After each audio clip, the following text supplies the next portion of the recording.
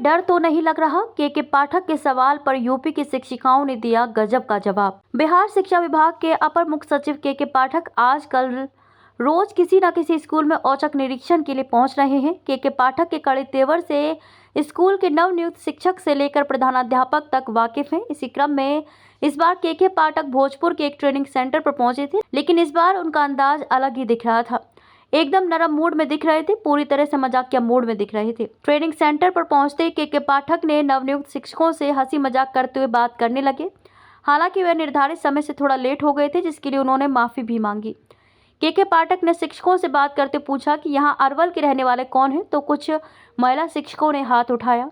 लेकिन के पाठक ने जैसे ही पूछा कि बिहार के बाहर रहने वाले कौन कौन हैं, तो इस पर अधिकांश महिला नवनियुक्त शिक्षकों ने हाथ उठा लिया।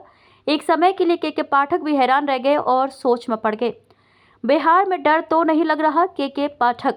हालांकि इसके बाद के पाठक ने हंसी मजाक के अंदाज सभी नवनियुक्त शिक्षकों से बात करना शुरू किया। उन्होंने पूछा कि बिहार में कैसा महसूस हो रहा है। इस पर महिला शिक्षकों ने जवाब देते हुए कहा कि सर बहुत अच्छा। फिर उन्होंने पूछा कि बिहार को लेकर जो भ्रांतियां थी वह दूर हो गई ना? इस पर सभी शिक्षकों ने कहा कि जी सर।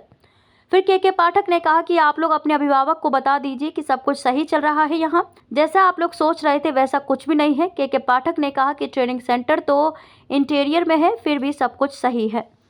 सैलरी को लेकर के पाठक ने दिया भरोसा।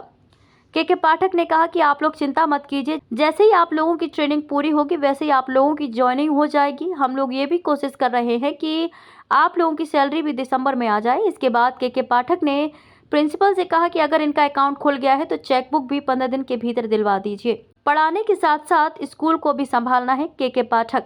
के पाठक ने सभी शिक्षकों से कहा कि पढ़ाई की गुणवत्ता को ध्यान में रखते हुए बच्चों को पढ़ाना है, स्कूल के रख रखाव को भी देखना है। उन्होंने कहा कि आप लोग कमजोर बच्चे पर विशेष ध्यान दें।